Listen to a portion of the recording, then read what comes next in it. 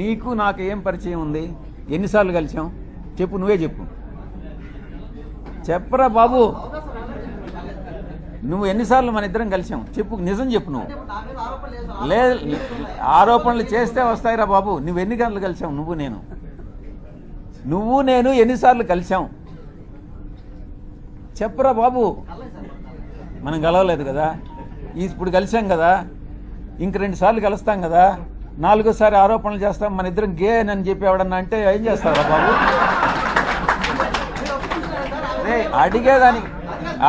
అడిగేదానికి నీకు బుద్ధి ఉండాలా, చెప్పేదానికి నాకు బుద్ధి ఉండాలా.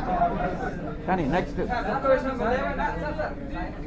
అది నేను ఎప్పుడు నా స్వార్థాన్ని నేను ఏమడగను, నాకు పదవి అడగను. కానీ నేనేమంటానంటే నాకు ప్రధానమంత్రి గారిని అడుగుతాను.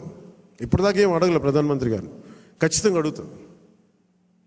రాష్ట్ర 5 కోట్ల మంది ప్రజల కోసం అడుగుతాను. ఇప్పుడు స్టీల్ ప్లాంట్ని ప్రైవేటీకరణ చేయకుండా పాసిబిలిటీ ఉందా అడుగుతాను.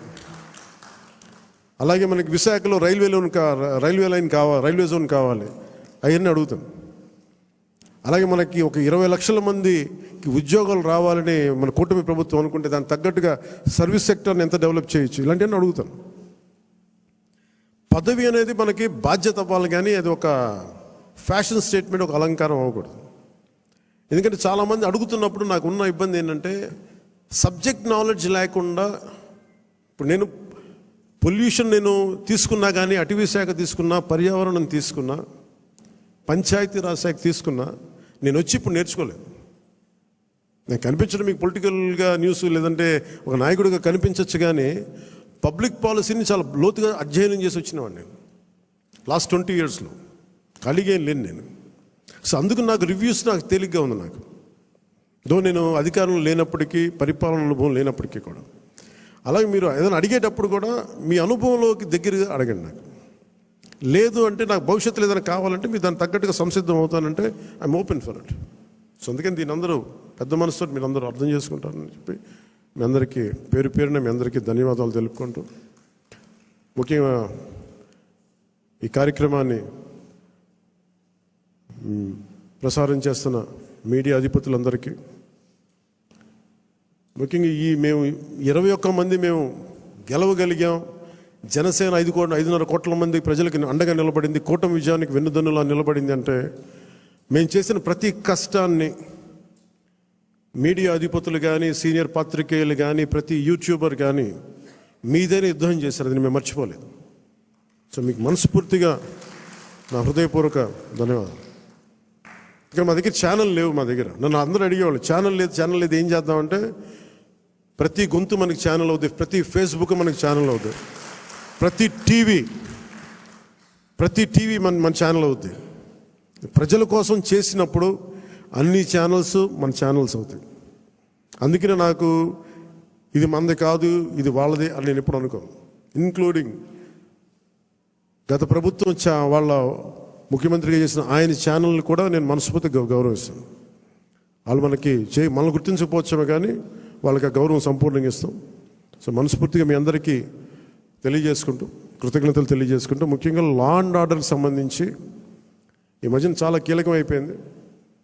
నేషనల్ మీడియా అడిగింది, మన కర్నూలులో జరిగిన సంఘటన, ఉమ్మడి కర్నూలు జిల్లాలో జరిగిన సంఘటన, ఒక చిన్నపాటి బిడ్డ మీద ఏం జరిగిందో అందరూ మైనర్ బాలు ఏం చేశారు మీకు అర్థమైంది. నన్ను స్పందించమన్నారు. ఏం మాట్లాడాలంటే, ఒక 18 ఏళ్ళు దాటిన యువతనైతే ఎలాంటి పనిష్మెంట్ అని ఇచ్చేయచ్చు. ప్రతిసారి ఇలాంటి దుర్ఘటనలు జరిగినప్పుడల్లా ఒక మనిషిని ఎన్కౌంటర్ చేస్తే సమస్య తీరిపోద్దా అనేది ఎప్పుడు నాకు సందేహం. మరి ఏం చెయ్యాలి అనేది కూడా అందరూ కూర్చొని చేయాలి. అందుకని మన వ్యవహార శైలి, ముఖ్యంగా రాజకీయ నాయకుల్లో చాలా మార్పు రావాలి. వీరి భాషా వ్యవహారాల్లో ఇష్టం వచ్చినట్టు తిట్టేసి, ఇష్టం వచ్చినట్టు బూతులు తిట్టేస్తే, నాయకుల్ని రౌడీల్ని పెంచి పోషిస్తే చిన్నపిల్లలకు కూడా అది ఆలవాలం అయిపోయింది. అందుకని లా అండ్ ఆర్డర్ విషయంలో మీరు చాలా టఫ్గా ఉండండి. మన ఎమ్మెల్యేలందరికీ చెప్తా ఉన్నాను, మన ఎంపీలందరికీ చెప్తున్నాను, చాలా చాలా బలంగా ఉండండి, అన్కాంప్రమైజింగ్ ఉండండి లా అండ్ ఆర్డర్ సంబంధించి. అలాగే విద్యా వ్యవస్థలో కూడా మన నెక్స్ట్ మీటింగ్లో ఎప్పుడు కూర్చున్నప్పుడు దీనికి సమాజం కూడా మారాలి, కొంత బాధ్యత తీసుకోవాలి. ఈ సినిమాలు చూసో లేదంటే సామాజిక మాధ్యమాలను ప్రతి ఒక్కరం కూడా మన కుటుంబాల పట్ల మనం బాధ్యత తీసుకోవాలి. ఇదే నేను cabinet meeting, last cabinet meeting నేను వస్తూ ఉన్నప్పుడు ఒక తల్లి ఇక్కడ వచ్చి ఆగింది. నేను చాలామందిని మాట్లాడుతున్నప్పుడు ఆ తల్లి వచ్చి చెప్పింది, నా బిడ్డను తీసుకెళ్ళిపోయారు, 2-3 అమ్మాయిలు తీసుకెళ్ళిపోయాడు అంతకుముందు ఆ కుర్రాడు, 16 ఏళ్ళు వచ్చి తీసుకెళ్ళిపోయారు, ఇక్కడి నుంచి వచ్చిన వారం రోజులు పట్టుకెళ్ళిపోయారు అబ్బాయిని. 9 నెలలు అయిపోయింది, నేను ఎవరికి చెప్పుకోవాలో తెలియట్లేదు. కంప్లైంట్ ఇచ్చాం మాచవరంలో, అంటే మన కేకే గారిని పంపించి వెంటనే కన్సర్న్ పోలీసు అధికారితో మాట్లాడితే 9 నెలల్లో సాధించలేనిది 9 రోజుల్లో తీసుకురాగలి. ఇది ఎందుకు చెప్తున్నానంటే విజయం అని కాదు, ఒక చిన్నపాటి అధికారం ఇంత చేయగలదు. అలాంటిది 3,000 మంది ఆడబిడ్డలు అదృశ్యం అయిపోయారు. వచ్చిన ఏ పరిస్థితుల్లో తిరిగి వచ్చారో మనకు తెలియదు, వాళ్ళు ఎంతమంది తిరిగి వచ్చారో తెలియదు. అందుకని ముఖ్యంగా ఆడబిడ్డలకి సంబంధించి మటుకు చాలా చాలా బలమైన మనకి ఈ లా అండ్ ఆర్డర్ సిచ్యువేషన్ చాలా బలంగా ఉండాలి. అందుకని మనందరం కూడా పర్సనల్గా అపార్ట్ ఫ్రమ్ పార్టీ మనందరం కూడా దీనికి భవిష్యత్తులో ఇలాంటి జరగకుండా, నంద్యాల ఇన్సిడెంట్ లాంటివి జరగకుండా ఉండాలంటే ఏం చేయాలి? మాధ్యమాల్లో, ప్రసార మాధ్యమాలు కూడా నా కోరిక ఏంటంటే ఎంతసేపు తిట్ల పురాణాలు కాకుండా మీరు ఇవ్వాల్సింది ఇలాంటి చర్చలు, ఇలాంటి దుర్ఘటనలు జరగకుండా ఉండాలంటే ఏం చేయాలి, దాని మీద కొంచెం హెల్తీ డిబేట్స్ పెట్టండి.